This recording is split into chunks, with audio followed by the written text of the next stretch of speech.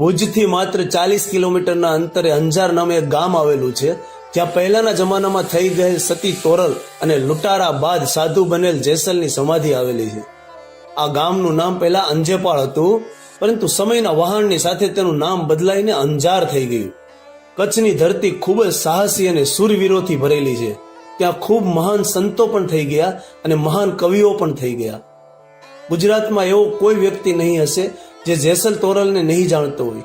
દરેક ગુજરાતીઓને જેસલ તોરલ વિશે સંપૂર્ણ માહિતી હશે, પરંતુ ઘણા લોકો એમના વિશે નહીં જાણતા હોય. એટલા માટે આજે આપણે વાત કરવાના છીએ કચ્છના અંજારમાં આવેલ જેસલ તોરલની સમાધિ વિશે.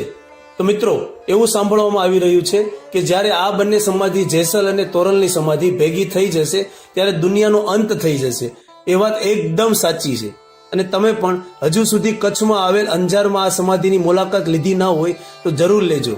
તમને પણ સાચું શું છે એના વિશે ખબર પડી જશે. તો મિત્રો, જેસલ અને તોરલની સમાધિ ઘઉંના દાણા જેટલી રોજ આગળ વધી રહી છે. અને ક્યારે બંને ભેગી થઈ જશે, તેમાં શું થશે જે તમે વિચારી પણ નહીં શકો.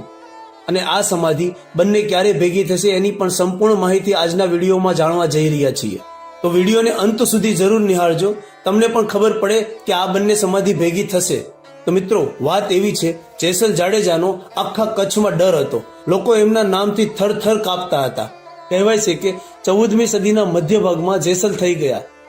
ધરતીનો કાળો નાગ ગણાતો જેસલ મારધાડ, માણસોને મારવા, લૂંટફાટ કરવી, કુંવારી જાનને લૂંટી લેવી, ખેતરોનો પાક લણી લેવો, ઢોર ઢાખરને ઉપાડીને લઈ જવા, આ બધી જ બાબતો તેના માટે એકદમ સામાન્ય હતી. કહેવાય છે કે જેસલને એક વખત જે વસ્તુ પસંદ આવે તે તેને મેળવીને જ જમતો હતો. કાઠિયાવાડમાં સલડી ગામના સાસતિયાજીની તોરી નામની ઘોડી અને તેમની પત્ની તોરલના લોકો ખૂબ જ વખાણ કરતા હતા. આ વાત જેસલને કાને પડતા તેને મેળવવાનો નિશ્ચય કર્યો. તે લાગ જોઈને બેઠો હતો. એક વખત સાસતિયાજીના ઘરે ભજન હતા.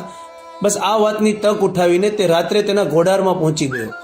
અજાણ્યા માણસનો અવાજ સાંભળી તેમની ઘોડીએ ખીલ્લેથી રાશને તોડી દીધી અને ભગત પાસે જઈને ઊભી રહી. ભગતે પાછી તેને લાવીને ખીલ્લે જડી દીધી અને તે વખતે ખીલ્લાની સાથે જેસલનો હાથ પણ જડાઈ ગયો, પરંતુ તેને મોંમાંથી જરા પણ અવાજ ના કર્યો. સવારે જ્યારે પ્રસાદ વહેંચાયો ત્યારે એક જણનો પ્રસાદ વધ્યો.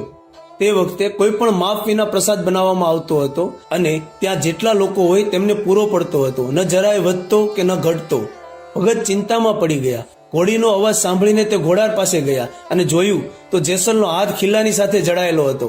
તેમણે જેસલની બહાદુરીના વખાણ કરી અને મુક્ત કર્યા અને એમને પ્રસાદ આપ્યો. જેસલે તેમની પાસે તેમની ઘોડી અને પત્નીની માંગ કરી. તો ભગતે કહ્યું, જો તું ધર્મનો રસ્તો સ્વીકારે તો હું તારી માંગણી પૂરી કરવા માટે તૈયાર છું. જેસલે આ વાતનો સ્વીકાર કર્યો. હું ધર્મનો જ રસ્તો અપનાવીશ. અને તેમની ઘોડી અને તેમની પત્ની તોરલને લઈને ત્યાંથી ચાલ્યો. રસ્તામાં દરિયો પાર કરવાનો હતો. નાવની અંદર બેસતાની સાથે જ ભયંકર વાવાઝોડું શરૂ થઈ ગયું અને નાવ હાલક ડોલક થવા લાગી.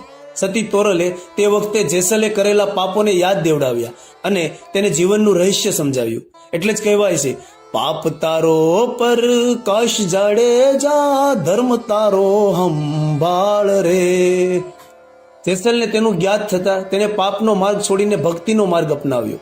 તે જ જેસલ તોરલની સમાધિ અહીંયા અંજારમાં આવેલી છે. અહીંયા હજારોની સંખ્યામાં લોકો દર્શન કરવા આવે છે.